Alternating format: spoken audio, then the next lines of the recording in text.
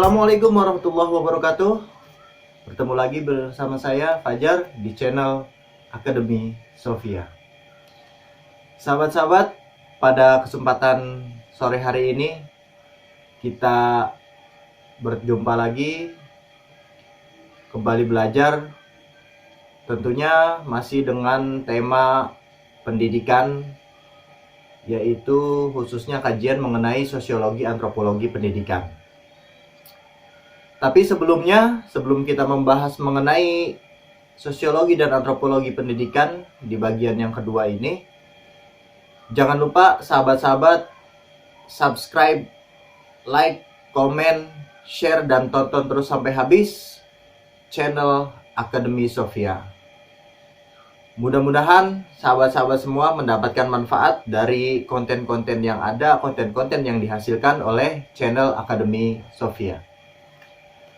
Baik sahabat-sahabat, langsung saja kita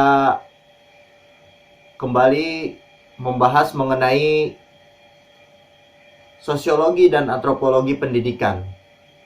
Sebelumnya kita sudah membahas mengenai paradigma fakta sosial yang memang itu menjadi salah satu teori sosiologi dari seorang sosiolog yang kemarin sudah kita bahas, yaitu Emile Durkheim. Di sana dia membahas beberapa konsep-konsep dasar dari teori sosiologinya, yang kemudian dia juga membuat sebuah konsep dasar mengenai bagaimana pendidikan yang ideal itu berjalan di dalam masyarakat. Yang kita tahu kemudian ada yang namanya otonomi moral. Jadi yang dimaksud oleh Emile Durkheim dengan otonomi moral adalah otonomi yang memang dihasilkan justru bukan dari struktur sosial yang ada, justru bukan dari orang-orang yang memang memberikan aturan. Nah, ini sahabat-sahabat. Jadi Emile Durkheim percaya bahwa pendidikan moralitas untuk masyarakat modern atau untuk kita sebagai manusia modern itu didapatkan melalui apa yang kita pilih, apa yang kita anggap baik, dan kita menyadarinya itu untuk kita baik. Jadi apa yang kita pilih itu baik, dan kita menyadari bahwa itu baik untuk kita lakukan, yang kemudian inilah yang disebut dengan moralitas otonom, yaitu moralitas yang tidak bergantung, yang tidak yang tidak didorong atas dasar hasrat paksaan. Ya gitu ya sahabat-sahabat. Kita lanjut dengan teori paradigma selanjutnya, yaitu mengenai paradigma definisi sosial. Paradigma definisi sosial ini sebetulnya merupakan paradigma yang memang mencoba melengkapi paradigma fakta sosial ya sahabat-sahabat. Jadi kalau dalam ilmu pengetahuan kita tahu bahwa mereka saling mengkonstruksi, artinya ketika ada sebuah penelitian yang baru, yang kemudian penelitian itu bisa mematahkan atau bisa kemudian memendam teori yang lama, maka teori-teori yang baru ini akan bermunculan melengkapi sebetulnya, bukan melawan. Artinya teori-teori yang lama tetap terpakai, karena di dalam teori yang baru juga pasti dia terpengaruh oleh teori yang lama. Jadi teori-teori inilah yang kemudian saling melengkapi dari para ilmuwan yang kemudian kita pelajari hari ini.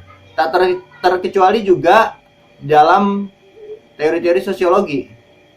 Nah, paradigma definisi sosial ini sahabat-sahabat, ini ada pada model pemikiran yang kita kenal. Mungkin kalau sahabat-sahabat yang sudah belajar sosiologi pendidikan atau sahabat-sahabat yang sudah membaca buku mengenai sosiologi, tokoh ini sangat terkenal, yaitu bernama Max Weber. Silakan sahabat-sahabat cari mengenai profilnya. Dia lahir di mana, dia orang mana, tahun berapa lahirnya. Silakan sahabat-sahabat baca profilnya. Pada hari ini kita membahas mengenai konsep-konsep dasar dari paradigma definisi sosial yang memang banyak dikemukakan oleh Max Weber beserta pengikut-pengikutnya. Jadi memang beberapa ilmuwan-ilmuwan sosiolog memang mendasari temuan-temuan sosiologisnya berdasarkan paradigma definisi sosial ini, sahabat-sahabat. Tetapi tokoh sentralnya kemudian ini adalah Max Weber. Jadi Max Weber lah yang kemudian banyak mempengaruhi dalam paradigma definisi sosial ini. Sahabat-sahabat, perlu diketahui bahwa paradigma definisi sosial ini adalah paradigma yang tentu berlainan dengan paradigma fakta sosial. Jika sahabat-sahabat mempelajari, sudah mendengarkan kemarin paradigma fakta sosial dibahas, paradigma fakta sosial cenderung menganggap bahwa manusia itu pasif. Manusia kemudian hanya mengikuti struktur sosial yang ada. Manusia kemudian hanya tunduk pada aturan-aturan yang berlaku. Tetapi pada kali ini di paradigma definisi sosial sangat berbeda, sahabat-sahabat. Sangat berbedanya apa? Karena di paradigma definisi sosial ini punya asumsi dasar bahwa manusia merupakan aktor sosial. Aktor sosial inilah kemudian yang memang dia aktif dalam realitas sosial sehari-hari. Jadi si manusia ini aktif dalam realitas sosial sehari-hari dan dia bisa memahami, dia bisa menginterpretasi, dia bisa mengetahui. Terus kemudian dari sanalah dia melakukan proses penawaran, proses interaksi dengan struktur sosialnya. Jadi tidak serta-merta bahwa di dalam definisi sosial ini, paradigma ini, manusia itu cenderung menerima begitu saja, sahabat-sahabat. Tetapi si subjek ini dia menerima secara aktif melalui pemahaman, melalui pengetahuan, melalui interpretasi. Kemudian dia berupaya untuk atau berpotensi untuk menegosiasi aturan-aturan struktur sosial yang ada dengan eksistensi dirinya. Jadi contoh begini, sahabat-sahabat. Ketika kita hidup di dalam keluarga kita, maka orang tua kita punya aturan, orang tua kita punya saran-saran, punya hal-hal yang memang itu disuruh kepada kita untuk melakukannya. Tetapi jika kita memakai paradigma definisi sosial ini, kita bisa melakukan negosiasi atau melakukan tawar-menawar dengan orang tua kita. Contoh, ketika orang tua kita menyuruh A dan menyuruh B, mengatur A dan mengatur B, itu kita bisa melakukan penawaran, bagaimana Bu, Pak, kita bisa mengambil jalan tengah aja, menurut saya begini loh yang baik, menurut saya begini loh yang baik. Nah, dari sanalah kemudian orang tua kita melakukan interaksi dengan kita untuk aturan-aturan yang ada di rumah ya. Kemudian dapat diambillah jalan tengah yang kemudian kita setuju dan orang tua kita juga setuju. Nah, inilah simpelnya, sahabat-sahabat, paradigma definisi sosial. Jadi manusia atau subjek bukanlah bukanlah individu yang memang pasif, hanya menerima struktur sosial yang ada, hanya menerima aturan-aturan yang ada yang memang sudah berlaku gitu. Tapi aktivitas ini kemudian direkonstruksi atau dikonstruksi melalui pengetahuan, pemahaman, dan interpretasi kita sendiri gitu, sahabat-sahabat. Nah, itu sahabat-sahabat dasar dari para ilmuwan definisi sosial. Jadi kita ini adalah mampu, pada intinya kita mampu untuk mendefinisikan realitas sosial kita yang kemudian itu berefek pada tindakan kita dan interaksi yang kita bangun di dalam kehidupan sosial. Gitu sahabat-sahabat. Teori-teori yang dihasilkan dari paradigma sosial dalam kajian sosiologi banyak sahabat-sahabat.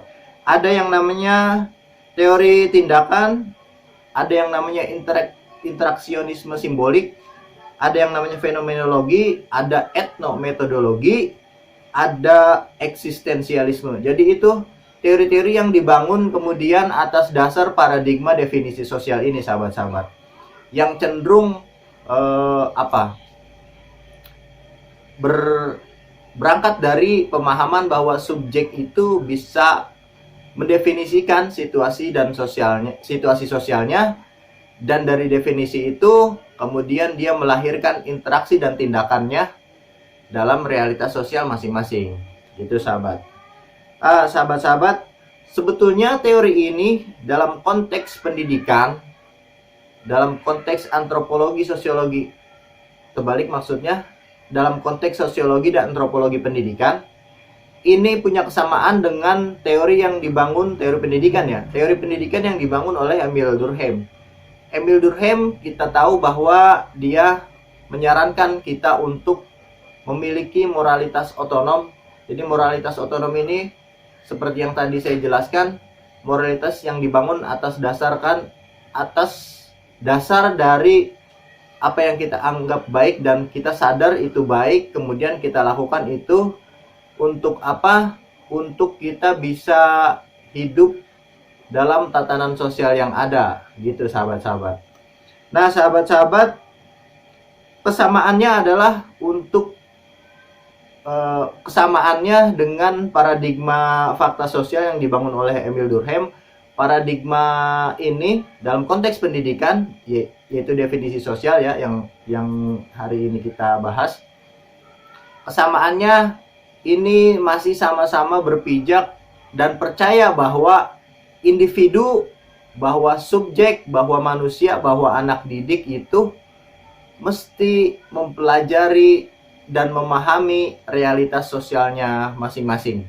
Jadi itu titik kesamaannya ya sahabat-sahabat. Meskipun ada titik-titik yang berbeda yang secara yang mungkin 180 derajat berbeda. Contoh kayak seperti ini, teori definisi sosial ini, paradigma definisi sosial ini berangkat dari pemahaman individu.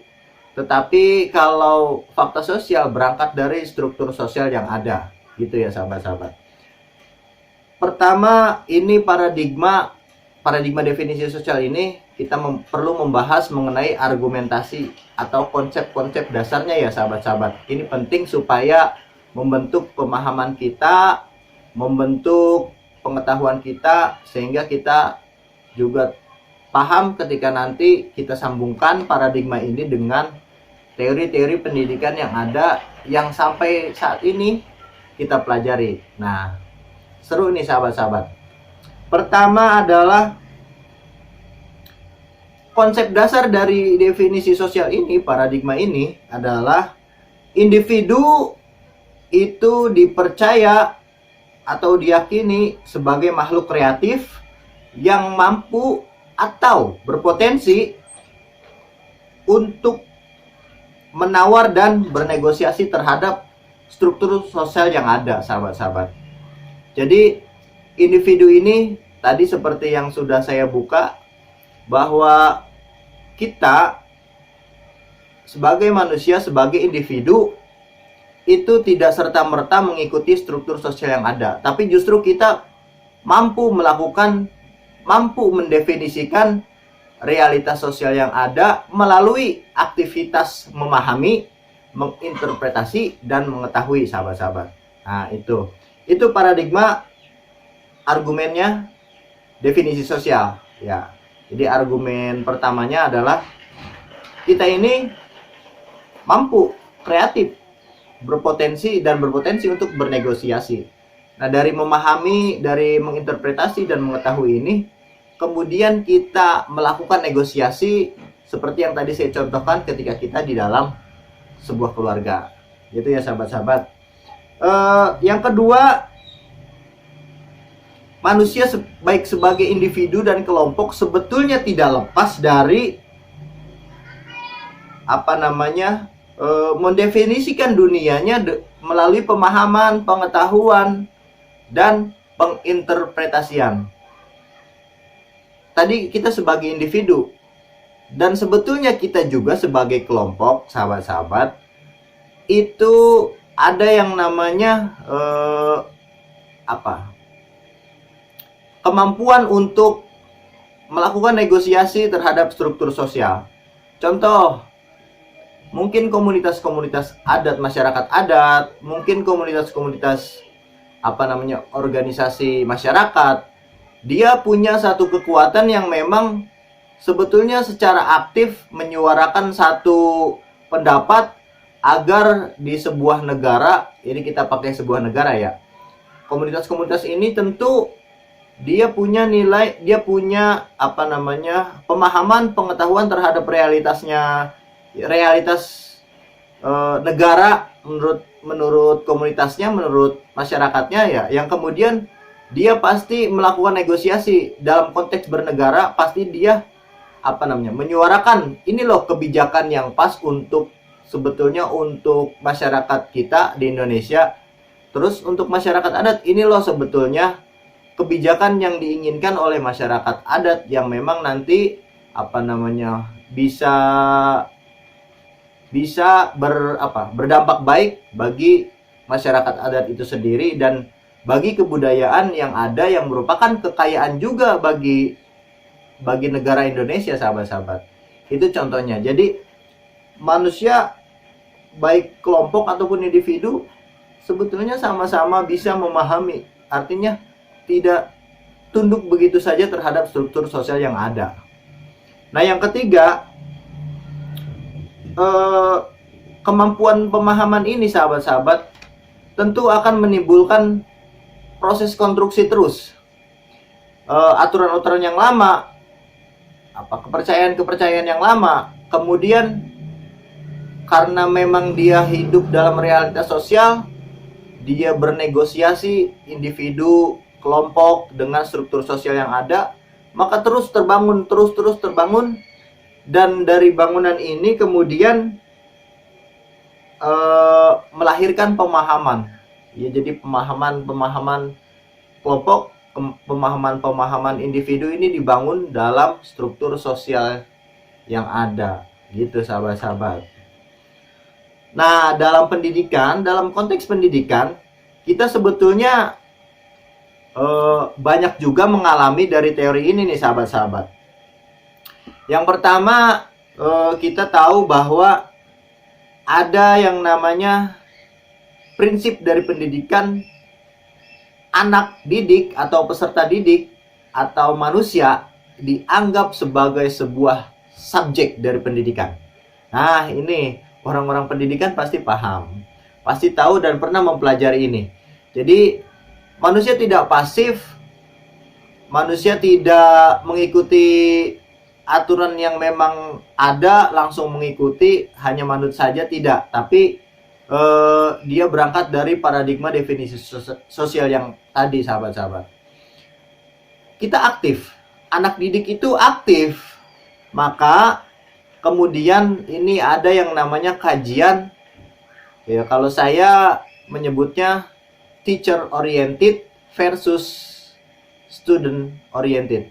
Jadi pembelajaran, kalau dalam konteks pendidikan ada yang namanya kajian pembelajaran berpusat pada guru atau berpusat pada murid.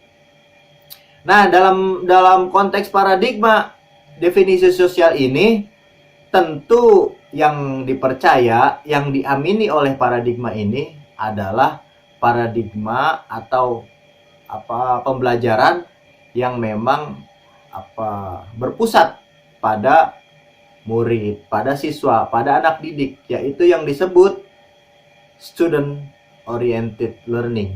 Jadi pembelajaran yang berpusat pada siswa. Kenapa pada siswa? Ya karena tadi dasar dari paradigma ini adalah kita sebagai subjek yang aktif, kita bisa mendefinisikan, kita tidak serta-merta manut hanya mengikuti struktur sosial yang ada, yang kemudian dalam konteks pendidikan khususnya di sekolah, sahabat-sahabat, berarti paradigma ini meyakini bahwa guru bukan satu-satunya sumber pengetahuan, guru bukan satu-satunya orang yang mengkonstruksi realitas yang ada, dan guru bukan satu-satunya subjek yang memang mampu memahami, mampu mengetahui.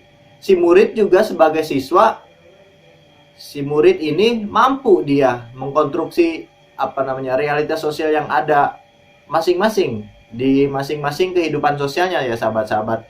Karena kita tahu bahwa latar belakang ekonomi, latar belakang pendidikan orang tuanya, latar belakang sosialnya, strata sosial orang tuanya itu mempengaruhi pemikiran si murid ini. Nah, oleh karena itu pembelajaran yang berbasis pada siswa ini salah satunya terpengaruh dari paradigma definisi sosial, sahabat-sahabat. Nah, berarti bahwa ketika sebuah paradigma definisi sosial masuk ke dalam konteks pendidikan, yang tadi kemudian menganggap bahwa manusia sebagai subjek aktif, manusia kemudian di sekolah juga murid sebagai pusat dari pembelajaran, yang selanjutnya pasti menghasilkan metode-metode belajar. Sahabat-sahabat tahu ada yang namanya metode cooperative learning, ada yang namanya metode diskusi, ada yang namanya metode cara belajar siswa aktif, dan mungkin diskusi juga merupakan metode yang dihasilkan dari paradigma ini, sahabat-sahabat. Dan kita hari ini merasakannya. Jadi sebetulnya metode belajar kita diskusi, kemudian yang tadi ada student oriented learning, itu adalah teori-teori pendidikan yang memang dasarnya dari paradigma fakta sosial yang ada ini, paradigma definisi sosial maksudnya, yang memang dikemukakan oleh Max Weber dan para ilmuwan yang memang menggunakan paradigma definisi sosial ini, atau kita sebut saja sebagai Max Weber dan kawan-kawan. Ya, gitu ya sahabat-sahabat. Selanjutnya sahabat-sahabat, media, untuk soal media juga, media pembelajaran. Dalam konteks persekolahan berarti media pembelajaran tidak serta-merta kemudian diterima saja oleh si murid sebagai, atau oleh si siswa sebagai sesuatu yang memang benar. Jadi si murid ini boleh aktif untuk memahami dan untuk menolak atau untuk menerimanya dari media-media yang memang diberikan oleh si murid. Jadi media-media ini bukan satu-satunya jembatan untuk si murid mengetahui, untuk si murid sampai kepada pengetahuan dan pemahaman.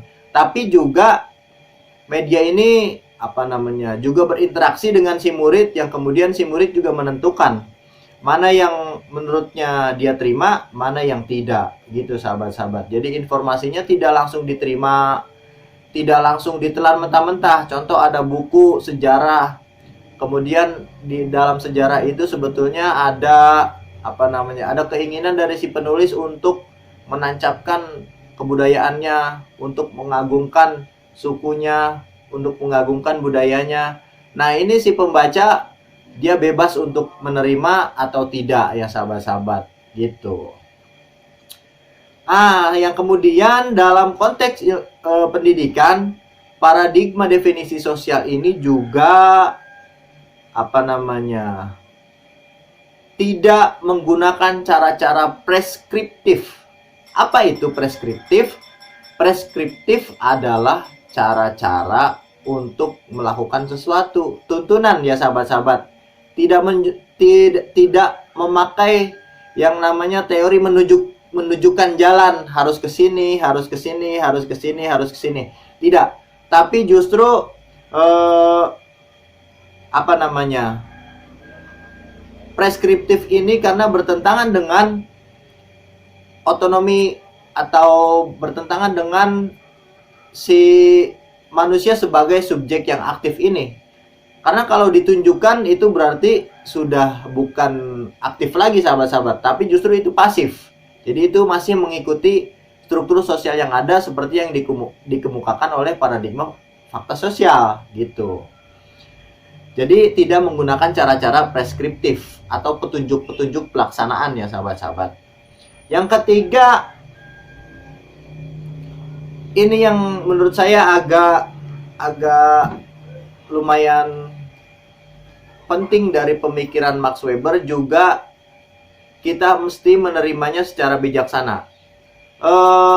Max Weber menginginkan bahwa sekolah atau pendidikan itu merupakan pelajaran-pelajarannya itu bebas dari nilai. Nah, ini sahabat-sahabat, ini penting ini. Kenapa si Max Weber mengatakan bebas nilai? Apa sih yang dimaksud bebas nilai? Yang dimaksud Max Weber bebas nilai adalah si guru atau orang-orang yang berkecimpung dalam dunia pendidikan yang kemudian memberikan pengetahuan pemahamannya kepada si murid itu jangan memberikan nilai-nilai yang memang dipercaya oleh si guru, jangan memberikan pengalaman-pengalaman yang justru menunjukkan si murid harus begini loh. Karena tadi ya sahabat-sahabat, bukan memakai cara preskriptif, tidak memakai cara preskriptif karena bisa menghilangkan tadi manusia sebagai subjek. Jadi harus, kata Weber, kita harus membedakan mana realitas yang kemudian mana yang realitas yang terjadi, mana yang realitas yang harus terjadi. Jadi ada yang terjadi berdasarkan apa adanya di realitas itu, mana yang harus terjadi menurut subjek masing-masing. Jadi si Max Weber mengatakan guru tidak boleh untuk memberikan pemahamannya yang dia yakini kepada si murid-murid.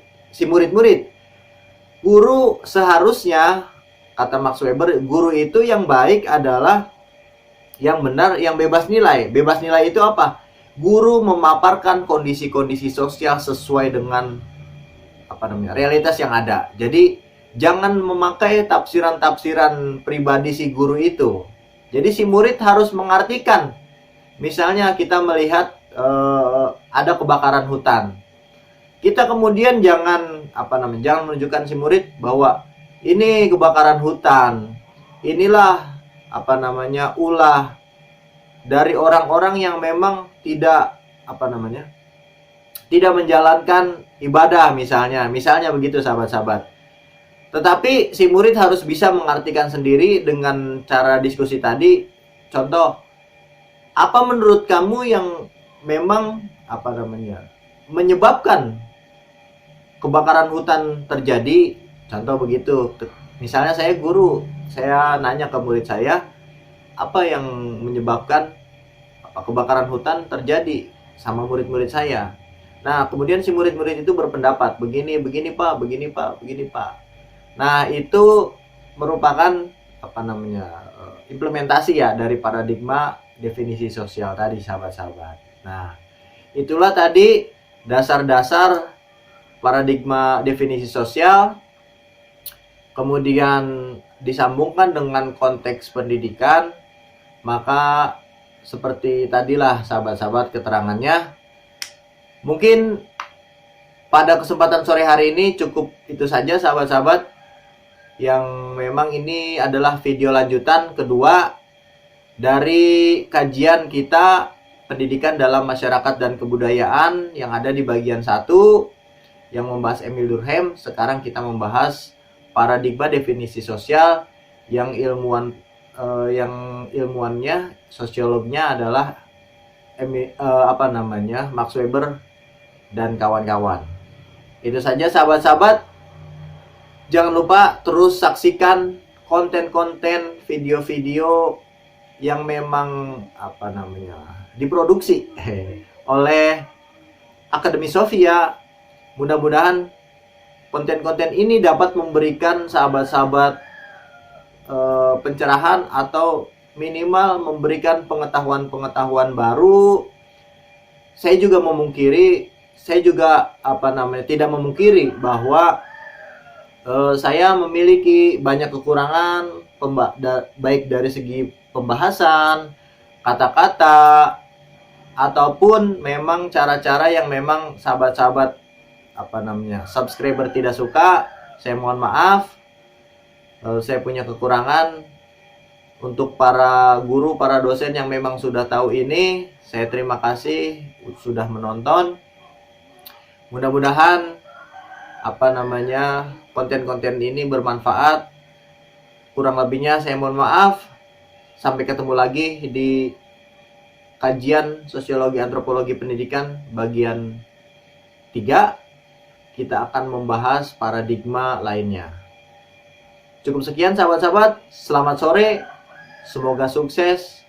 Assalamualaikum warahmatullahi wabarakatuh.